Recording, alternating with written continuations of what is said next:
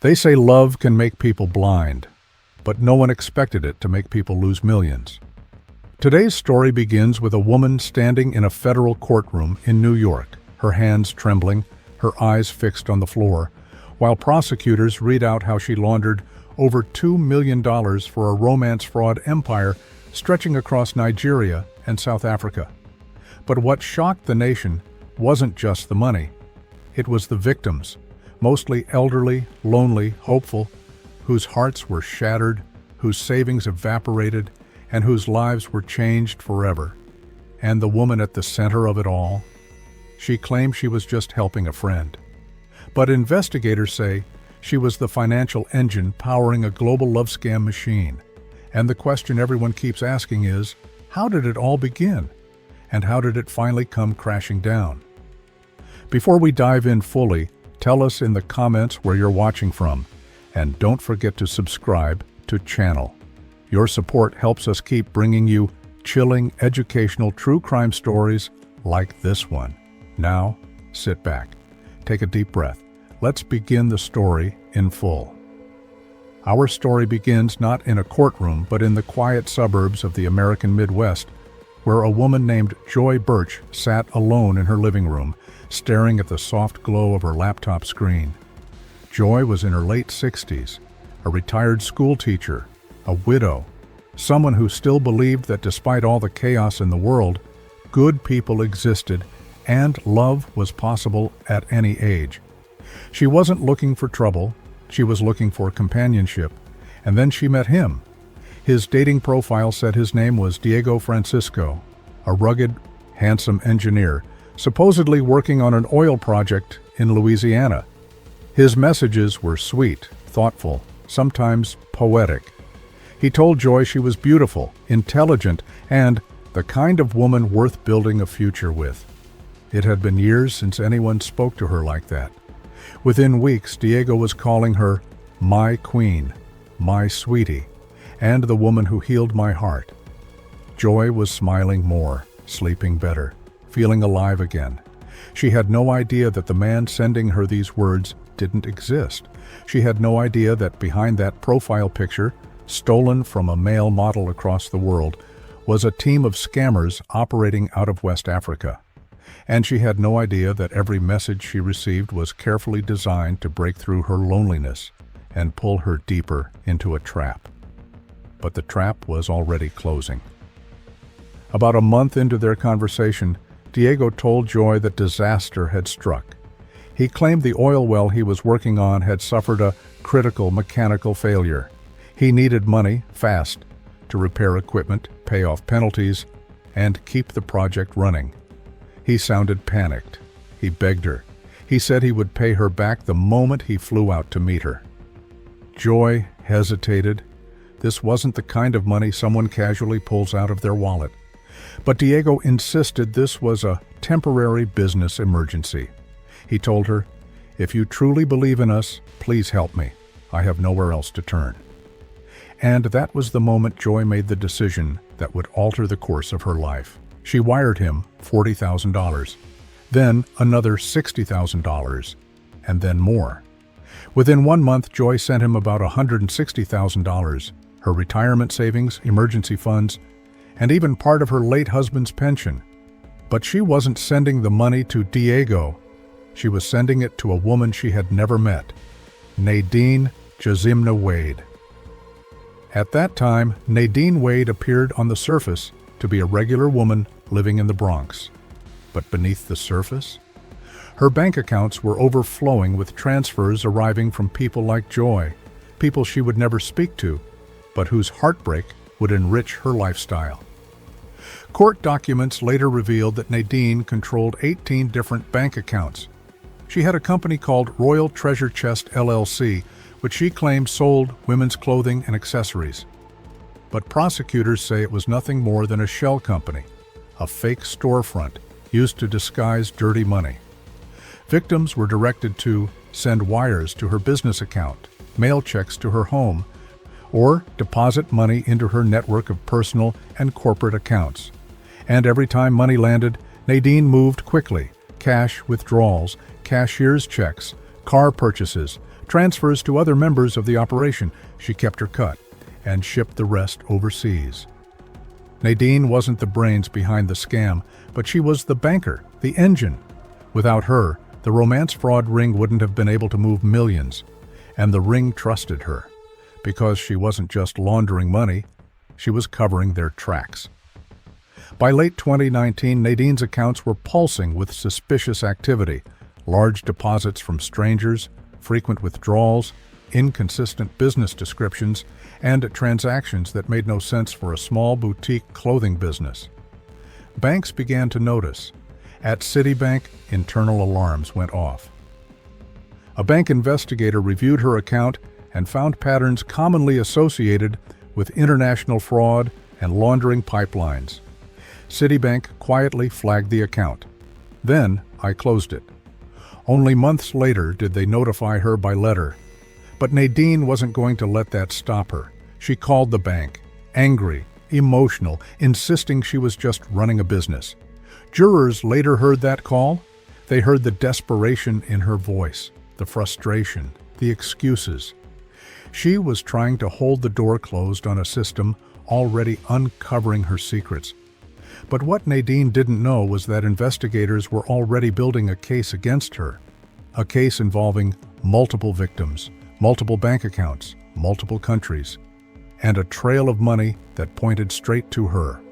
Before we continue, let me know your thoughts in the comment section. Do you think Nadine truly understood the damage she was helping cause, or did greed blind her? Share your thoughts below. We read every comment. Now, let's continue. By early 2020, federal agencies, including the IRS Criminal Investigation Division and the U.S. Secret Service, were tracking unusual financial flows connected to several romance scams across the country. Different victims, different cities, different stories. But one name kept appearing: Nadine Wade. The investigators pieced together emails, bank logs, corporate registrations, and victim statements. They discovered that scammers using the Francisco alias were directing victims to Nadine's accounts again and again. It became clear this wasn't a coincidence. This was a laundering hub. They obtained warrants, subpoenaed records. Slowly, the truth emerged. Between 2016 and 2021, Nadine received over $2 million in romance fraud proceeds, and the victims? Mostly elderly, mostly alone, mostly heartbroken. Investigators now believed they had enough for a takedown, but before they could make their move, a new breakthrough would change everything. A discovery that exposed the full depth of the operation and placed Nadine directly in the center of a criminal web stretching across continents. Investigators had already traced millions flowing through Nadine Wade's accounts, but what they uncovered next would blow the case wide open. While analyzing transactions from Royal Treasure Chest LLC, agents noticed something unusual. A series of large cashier's checks Nadine purchased and then deposited into accounts belonging to other individuals already under investigation for a separate international fraud case. Those individuals were based in South Africa and Nigeria. Their names matched existing intelligence reports on romance fraud networks operating from Johannesburg and Lagos. This was the missing link. Nadine wasn't just laundering money. She was funneling U.S. victim funds directly into the heart of a global scam empire. Agents immediately elevated the case to a multi-agency task force. Surveillance was launched. Phone records were pulled. An undercover reviewer was assigned to trace each financial path. And that's when investigators made a second chilling discovery. Multiple victims, senior citizens from Ohio, California, Texas, and Pennsylvania, all reported being told to wire money to the same business name, Royal Treasure Chest. It didn't matter who the scammer claimed to be. Diego, Richard, Francisco. Different names, different stories, same destination. And now the investigators knew that Nadine was the common denominator. They moved fast. Search warrants were secured. And early one morning, in the heart of the Bronx, the takedown began. It was still dark outside when agents surrounded Nadine's apartment building. Neighbors later said they heard muffled voices, heavy footsteps, the sudden bang of a fist on the door. Federal agents opened the door. For a moment, silence, then shuffling, a confused voice, and finally, the door cracked open. Nadine stepped out, wrapped in a robe, her hair messy, her eyes wide with shock. Agents entered, identifying themselves, reading the warrant. Her apartment was searched, papers, bank statements, ledgers, digital devices. She stood frozen as investigators opened drawers, photographed documents, collected phones and laptops. When they placed the cuffs on her wrists, she whispered, "I didn't do anything. I was just helping a friend." But the evidence said otherwise. She was transported to federal custody. Her accounts were frozen. Her company was flagged. Her life, everything she had built, shattered in a single morning. But her arrest wasn't the end. It was only the beginning. Because what followed was a courtroom showdown no one could have predicted. Months later, Nadine stood in a federal courtroom before Judge Catherine Polk Faya. The courtroom was tense, victims in the gallery, prosecutors armed with evidence, defense attorneys ready to fight. For the first time, the full scope of the scheme was laid bare. Prosecutors revealed over 18 bank accounts under Nadine's control, more than $2 million in fraud proceeds through them, victims who had lost their entire life savings, a shell company masquerading as a boutique clothing business, cash withdrawals, money transfers, and purchases that made no business sense. Then came the testimony that broke hearts across the room, Joy Birch. She walked slowly to the witness stand, hands trembling, voice fragile. She told the jury how Diego made her feel loved, seen, and valued, how she believed they were building a future, how she wired $160,000 to help the man she thought she would one day marry. She looked directly at Nadine as she spoke, not with anger, but with sorrow. "You didn't just take my money," she said softly. "You took away my ability to trust. You made me question my own judgment, and that hurts more than the money ever could." The courtroom fell silent. Even Nadine lowered her eyes. Nadine's lawyers tried to argue that she was also manipulated, that she had been deceived by the overseas scammers into believing she was doing legitimate business. But prosecutors countered with hard facts: the scale of money, the speed of transfers, the inconsistent business explanations she gave banks, her attempts to hide transactions, the luxury apartment application she made using misleading income claims, and the recorded phone call where she tried desperately to convince Citibank to keep her account open. "Ladies and gentlemen," the prosecutor said during closing arguments, "this was not an innocent mistake. This was a 5-year operation. She knew, and she chose greed." The jury agreed. After deliberating, they returned a verdict: guilty on all counts. Nadine covered her face with her hands, her body shaking. The courtroom murmured.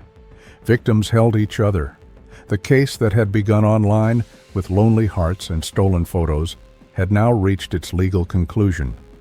But one final chapter remained: sentencing. On May 28, 2025, the courtroom filled once again. Prosecutors recommended a strict punishment, emphasizing the scale of the financial loss, the emotional devastation, and the international reach of the crime. One elderly victim wrote in a statement, "I wish I had died before falling for this scam. I lost everything I saved in 72 years of living to people who never cared if I lived or died." Judge Faila read every line. When it was Nadine's turn to speak, she cried. She apologized. She said she never meant for anyone to get hurt. She said she got in too deep, too fast, and didn't know how to get out.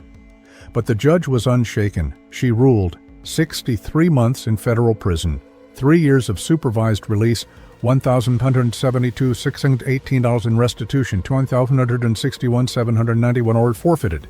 Then she delivered a powerful message. "You played a crucial role in a cruel operation targeting vulnerable hearts. Your choices enabled devastation, and for that, you must be held accountable." Nadine was led away in cuffs. The victims wept.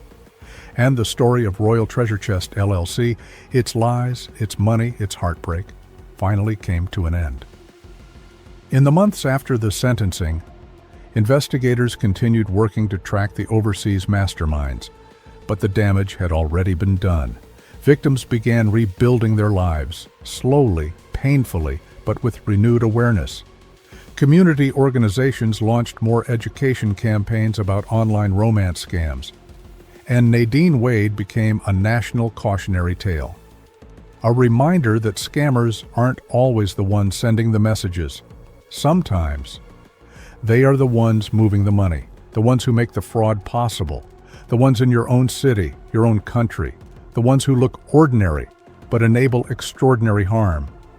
Thank you for staying with us through the entire story.